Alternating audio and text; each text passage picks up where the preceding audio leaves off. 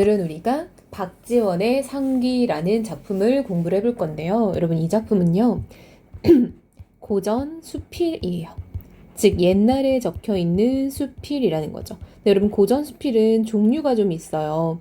기, 설, 논 이런 것들이 있는데 이 작품은 상기로 끝났으니까 기에 해당하는 작품이다라는 걸 알 수 있겠죠. 자, 여러분, 우리 수필은요. 되게 간단해요. 그쵸? 자, 수필은 글쓴이의 경험을 바탕으로 본인의 어떤 내적 깨달음, 자신의 내적인 반응을 전달하는 작품이에요. 따라서 우리 친구들이 어떤 경험을 통해 이 사람이 무슨 이야기를 하고 싶은 걸까? 이거를 좀 떠올려 보면 됩니다. 네, 여러분, 여기 나와 있는 이 제목의 상이 코끼리란 뜻이에요. 그래서 이 글의 제제 글감이죠. 글감은 코끼리를 본 경험인 거예요. 그래서 내가 코끼리를 보고 무엇을 깨닫고 무엇을 생각하게 됐는지를 적은 글입니다. 네, 여러분, 이 글은요. 박지원이라는 사람이 쓴 글인데요. 우리 친구들이 박지원은 사실상 한국사 시간에 조금 더 유명한 사람일 거예요. 근데 우리 이제 문학에서도 정말 많이 등장한 사람 중에 하나죠. 저는 박지원은 조선 후기의 실학자예요. 실학자. 여러분, 실학이라는 게 뭔지 알죠? 실학은 실용적인 학문이에요. 따라서 이전에 조선 전기에 있었던 성리학하고는 조금 대조되는 그런 학문이다라고 볼 수 있거든요. 그래서 조선 전기의 성리학과 조선 후기의 실학은 어떻게 다르냐? 굳이 따지자면 여러분, 성리학은 관념적이고 약간 일상생활에 도움이 되기보다는 어떤 도덕적인 예를 중시하는 그런 학문이다라고 할 수 있어요. 자, 근데 반면 여러분, 조선 후기에 생겼던 이 실학이라는 거는 쌤이 좀 전에 말한 것처럼 실용성을 매우 중시 여기기 때문에 어떤 일상의 삶에 대한 관심이 매우 높다라는 걸 알 수 있어요. 따라서 박지원이 적은 글들도요, 소설이 됐든 수필이 됐든 실용적인 어떤 삶에 대한 이야기. 그리고 여러분, 이 사람들, 실학자들은 여러 가지 파가 있는데 박지원은 그 중에서도 중상학파고요. 이 사람은 북학파예요. 한마디로 청나라를 통해 배울 수 있는 건 배우자. 그리고 중상, 상업을 중시 여긴다라는 뜻이에요. 그래서 상업을 중시 여기고 청나라를 배운다. 그러니까 여러분, 열하일기와 같은 작품을 남긴 거예요. 즉 열하일기는 청나라의 열하지방을 견학하고 쓴 이야기거든요. 그래서 이런 이야기 속에서도 어떤 박지원이라는 작가의 관심사가 굉장히 많이 묻어있다라는 걸 알 수 있겠죠. 상기도 마찬가지예요. 자, 우리 한번 작품 읽어볼게요. 만일 진기하고 괴이하고 대단하고 어마어마한 것을 볼 요량이면 먼저 선무문 안으로 가서 코끼리 우리를 구경하면 될 것이다 라고 해서 여러분, 지금 이 사람은 코끼리에 대한 이야기를 시작했다라는 걸 알 수 있겠죠. 내가 연경에서 본 코끼리는 16마리였는데 모두 쇠사슬로 발에 묶여 움직이는 모양을 보지는 못했다. 자, 여러분, 이 사람이 코끼리를 본 첫 번째 경험은요, 연경에 가서 봤던 그런 상황인 거예요. 여러분, 연경이 바로 중국의 베이징이에요. 그래서 이 연경은 중국의 옛말로 이제 북경이라고 하면 되겠죠? 북경이고요. 지금 이 부분은 화자가 필자라고 해도 돼요. 코끼리를 본 경험인데 그 중에서도 첫 번째 경험에 해당하는 거죠. 움직이는 건 못 봤대요. 자, 이어서 좀 더 볼게요. 그런데 지금 열하 행궁 서쪽에서 코끼리 2마리를 보니, 자, 여러분, 이번에는 두 번째 경험입니다. 자, 또 내가 열하 지방에 와서 행궁 서쪽에서 코끼리 2마리를 보게 됐대요. 자, 앞에 건 좀 생략하고 적을게요. 코끼리를 본 두 번째 경험인 거죠. 온몸을 꿈틀거리며 가는 것이 마치 비바람이 지나가는 듯 실로 굉장하였다라고 되어 있죠. 자, 여러분, 우리 표현기법은 쌤이 초록색으로 통일하도록 하겠습니다. 자, 여러분, 비바람이 지나가는 듯 지규법이죠. 자, 여러분, 누구를 묘사하는 거야? 그렇지. 코끼리를 비바람이라는 자연현상에 비유하고 있죠. 자, 여러분, 자연현상에 비유한 이유는 뭐예요? 매우 거대하다라는 거를 강조하고 싶었던 거죠. 자, 여러분, 첫 번째는요, 움직이는 것은 못 봤고요. 두 번째는 움직이는 모습도 보게 됐다라는 거죠. 자, 여러분, 이 부분까지가 우리가 기승전결의 기부분이에요. 그래서 기부분에서는 코끼리를 지금 보게 된 경험에 대해서 이야기를 하고 있는 거죠. 그쵸? 자, 정리를 해보자면, 코끼리를 본 경험. 근데, 과거의 경험과, 그쵸, 여러분? 옛날에 코끼리를 본 경험, 과거, 그리고 지금은 지금, 현재잖아요. 그쵸? 경험이 있는 현재예요. 따라서 경험을 대조하고 있죠. 과거와 현재로. 과거에는 움직이는 것은 못 봤는데 현재 움직이는 것을 보니 매우 크더라 라는 거죠. 자, 이제 기승전결의 승입니다. 두 번째 챕터예요. 예전에 동해 바닷가를 새벽에 지나가다가 파도 위에 말처럼 서 있는 물체를 본 적이 있었다. 자, 여러분, 말처럼 지구법이죠. 자, 무언가가 마치 말처럼 서 있었대요. 무수히 많기도 하고 모두 집채만큼 크기도 하여 물고기인지 짐승인지 통 알 수가 없었다.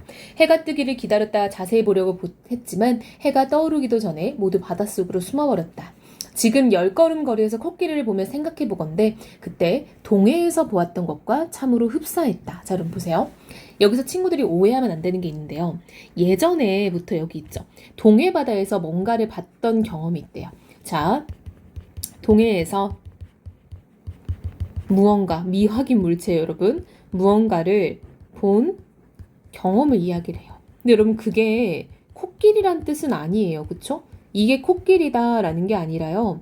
그것과 지금의 경험을 이어서 지금 연결해서 얘기를 하고 있는 거야. 그래서 이거는 과거의 어떤 나의 경험과 현재의 상황을 연결하고 있다. 정도로 보면 돼요. 즉 한마디로 그게 코끼리였다는 게 아니라 그때 보았던 그게 마치 코끼리처럼 거대하고 비슷한 느낌을 느꼈다라는 거죠. 자, 지금 10걸음 거리에서 매우 가깝죠? 코끼리를 보며 생각해 보건대 그때 동해에서 보았던 것과 참으로 흡사했다라고 해서 그냥 비슷했다라는 얘기를 하고 싶다는 거죠. 자, 그 몸체를 생각해 보면 소의 몸뚱이에 나귀의 꼬리, 낙타의 무릎에 호랑이의 발, 짧은 털, 회색 빛깔, 어진 모습, 슬픈 소리를 가졌다. 귀는 구름을 들이운 듯하고, 자, 여러분 구름을 들이운 듯. 눈은 초승달 같으며, 그쵸 여러분? 역시 지규법인 거 알 수 있죠. 자, 구름을 들이운 듯 눈은 초승달 같으며 두 개의 어금니 크기는 두 아름이나 되고 키는 한 장 남짓이나 되었다. 코는 어금니보다 길어서 자벌레처럼 구부렸다 폈다 하며 군뱅이처럼 구부러지기도 한다. 그래서 여러분 지금 코에 대한 묘사도 나오고 있죠. 코끝은 누의 끝부분처럼 생겼는데 거기에 족집게처럼 물건을 끼워서 둘둘 말아 입에 집어넣는다 라고 해서 여러분 이 부분은 지금 코끼리의 외양을 묘사하고 있죠. 자, 코끼리의 외양을 묘사하는데 다양한 지규법을 지금 쓰고 있어요. 그래서 여러분 이 부분은요. 귀는 구름 같고 눈은 초승달 같고 코는 자벌레 같고 군뱅이 같고 코끝은 누에 같고 이렇게 지금 이야기를 하고 있는 거죠. 그래서 이 부분은 코끼리에 대한 묘사라고 할 수 있겠죠. 그래서 다양한 것들에 지금 비유해서 표현을 하고 있어요. 자, 이제 세 번째 전으로 들어갑니다. 어떤 사람은 코를 불이라고 착각하고 다시 코끼리의 코를 찾는데 코가 이렇게 생겼을 거라고 생각하지 못하기 때문이다. 여러분, 사람의 코를 생각하면 코끼리의 코가 너무 길고 낯설잖아요. 어떤 사람은 코끼리의 다리가 5개라고 하고 코까지 해서 5개인 거죠. 어떤 사람은 코끼리 눈이 쥐와 같다고 하지만 자, 여러분 우리 이 부분을 한번 쌤이 따로 표시를 해볼게요. 자, 어떤 사람은 이렇게 말하고요. 또 어떤 사람은 이렇게 말을 한대요. 자, 여러분 이거는요. 어떤 사람들에 대한 어떤 오해라는 거죠. 즉 코끼리에 대한 사람들의 엉뚱한 오해가 있다라는 거야. 다리가 5개다 뭐 이런 것들요. 그쵸? 이는 대개 코끼리와 어금니 사이에만 코끼리 아니죠? 대개의 코와 어금니 사이에만 관심을 집중하기 때문에 그런 것이다. 몸뚱이를 통틀어 가장 작은 놈을 가지고 보기 때문에 엉뚱한 오해가 생기는 것이다. 자, 여러분 보세요. 이 사람은요. 이렇게 사람들이 오해하는 이유가 뭔가 봤더니 작은 것 하나를 가지고 거기에 너무 집중하다 보니까 사람들이 잘못 판단한다라는 거예요. 즉, 이런 게 바로 성급한 일반화의 오류라고 하죠. 아주 작은 부분을 보고 그냥 자기 혼자서 그렇구나 라고 생각을 한다는 거예요. 그렇죠? 그래서 사람들은 어떤 작은 부분을 가지고도 성급한 일반화의 오류를 가지기도 한대요. 대체로 코끼리 눈은 매우 가늘어서 마치 간사한 사람이 아양을 떨 때 눈이 먼저 웃는 것처럼 보인다. 자, 여러분 사람들은요 또 코끼리에 대해서 이렇게 생각하기도 한대요. 코끼리 눈이 가느니까 왠지 걔는 좀 음침해 보여, 좀 간사해 보여 라고 생각을 한대요. 즉 이거는 사람들의 어떤 인식인 거죠. 자, 보편적인 사람들의 부정적 인식이라고 할 수 있겠죠. 자, 좀 더 제대로 쓰면은 코끼리에 대한이라고 적으면 좋겠죠. 즉 한마디로 사람들은 코끼리 눈을 보고 걔 좀 약간 음침해 보이지 않냐 라고 생각한대요. 그러나 그 어진 성품은 바로 이 눈에서 나온다. 자, 여러분 근데 이 사람은요 다르게 생각한대요. 코끼리는 매우 어진데 그 어진 게 이 눈에서 드러난다라는 거죠. 그래서 이거는 코끼리의 눈에 대한 필자만의 긍정적 인식이라고 할 수 있겠죠. 즉 사람들은 그렇게 보기도 하는데 나는 좋게 보겠다라는 거예요. 강희 황제 때였다. 자, 그럼 지금 옛날 고사를 인용하고 있죠. 남해자에 사나운 범 2마리가 있었다. 키운 지 오래되었는데도 길을 들이기가 어렵자 황제가 노하여 범을 코끼리 우리에 가두겠다. 그랬더니 코끼리가 크게 놀라 코를 한번 휘두르는 바람에 범 2마리가 그 자리에서 죽었다고 한다. 코끼리는 의도하지 않았는데 범을 죽인 셈이다. 그쵸 여러분? 이건 뭐야? 아주 우연의 일이었다라는 거죠. 우연한 일이었어요. 코끼리는 단지 범의 냄새를 싫어하여 코를 휘둘렸을 뿐인데 거기에 범이 잘못 맞았던 것이다 라고 해서 여러분 지금 옛날 이야기를 인용을 하고 있죠. 즉 코끼리의 코와 관련된 에피소드를 우리가 일화라고 해요. 일화를 풀고 있어요. 코끼리는 정말 의도하지 않았는데 사람들은 세상의 사물 중에 터럭만한 작은 것이라도 하늘에서 근거를 찾는다. 자, 여러분 이 당시에 사람들은 어떤 일의 근거를 하늘에서 찾곤 했다라는 거죠. 그래서 이것도 당대 보편적인 인식이라는 거 알 수 있겠죠. 자, 당대의 사람들의 보편적 인식에 해당하는 거예요. 만물의 근거가 하늘이다 라고 봤다는 거예요. 그러나 하늘이 어찌 하나하나 이름을 지었겠는가 라고 해서 이 사람은 그렇게 생각하지 않나 봐요. 그쵸? 글쓴이의 생각이라고 할 수 있겠죠. 자, 어찌 하나하나 이름을 지었겠냐? 말이 되냐? 서리법이죠. 그렇지 않다라는 거죠. 형체로 말하자면 천이고, 성정으로 말하자면 건이고, 주제하는 것으로 말하자면 상제고, 오묘한 작용으로 말하자면 신이다. 자, 이게 무슨 말이냐면 여러분, 자, 우리가 하늘을 일컫때 이렇게 이름이 다양하다는 거야. 천, 건, 상제, 신 이렇게 다양하게 부를 수 있대요. 즉 하늘의 이름이 매우 다양하다라는 거는 하늘 역시 변하는 존재다. 가변적인 존재다. 라고 본다는 거죠. 그 이름도 다양하고 일컫는 것도 제각각이다.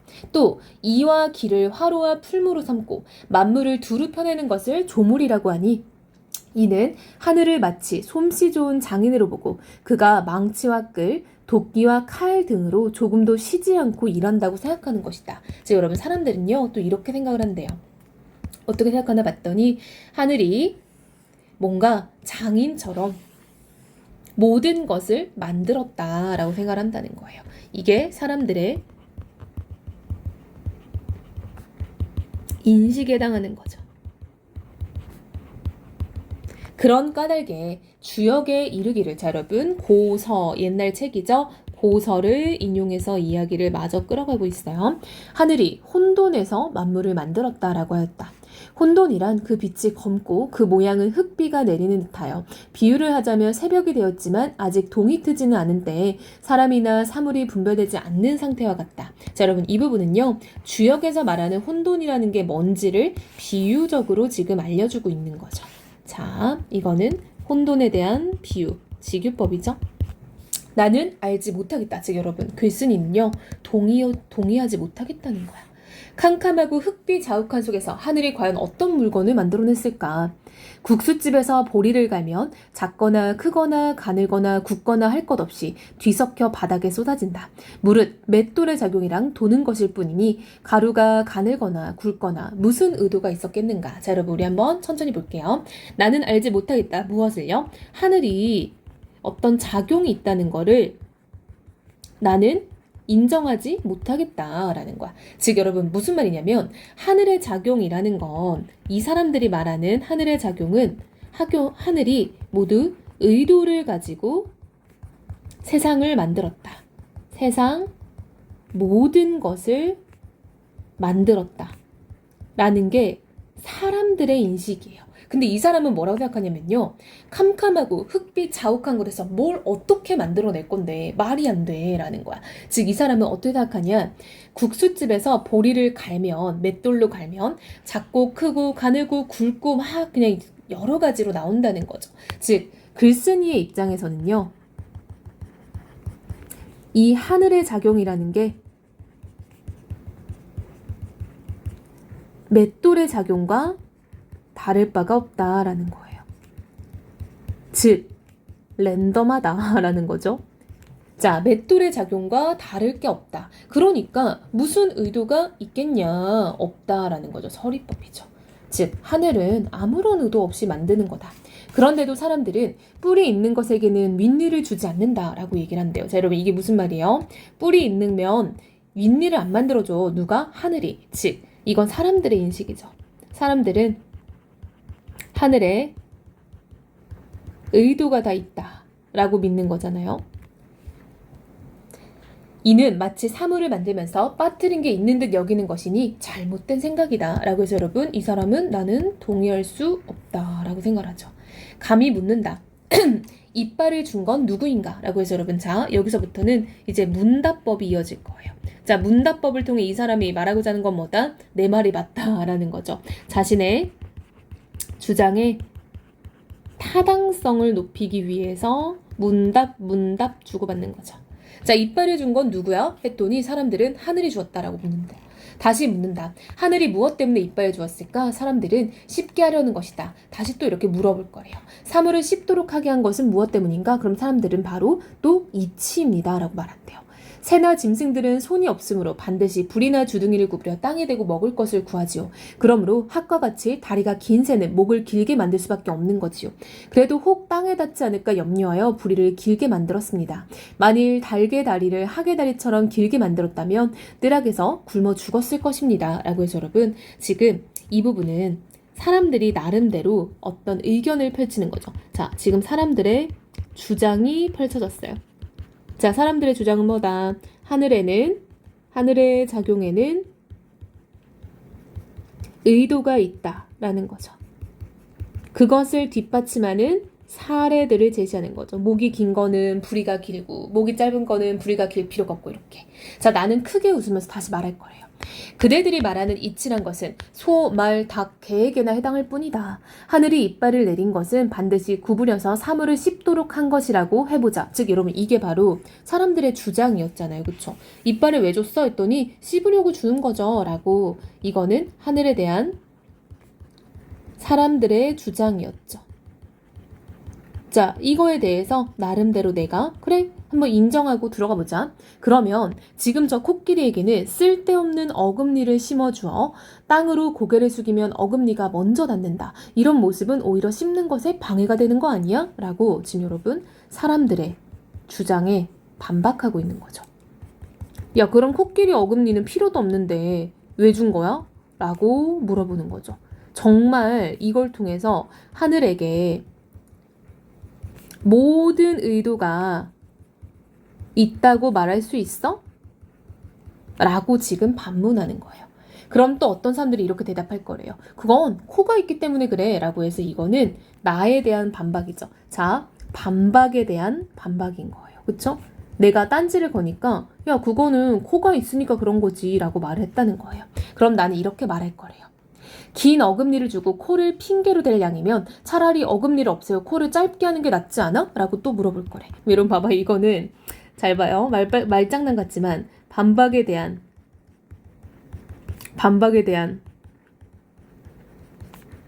반박인 거죠.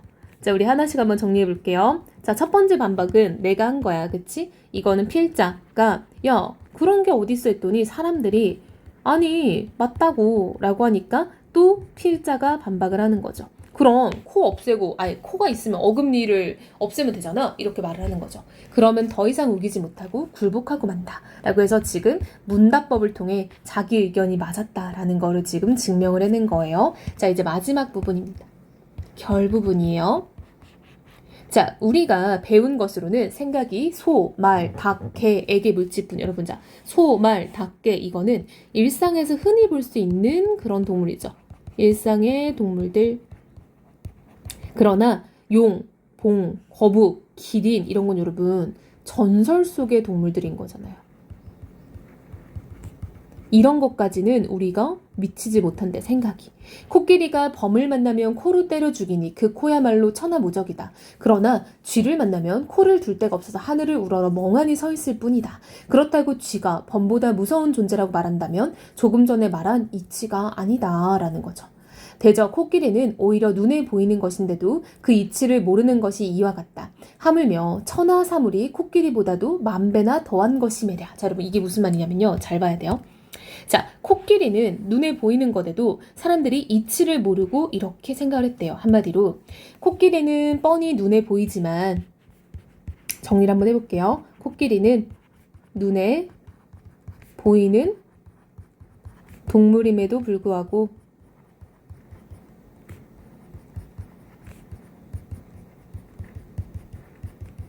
사람들은 오해를 하곤 한다라는 거죠.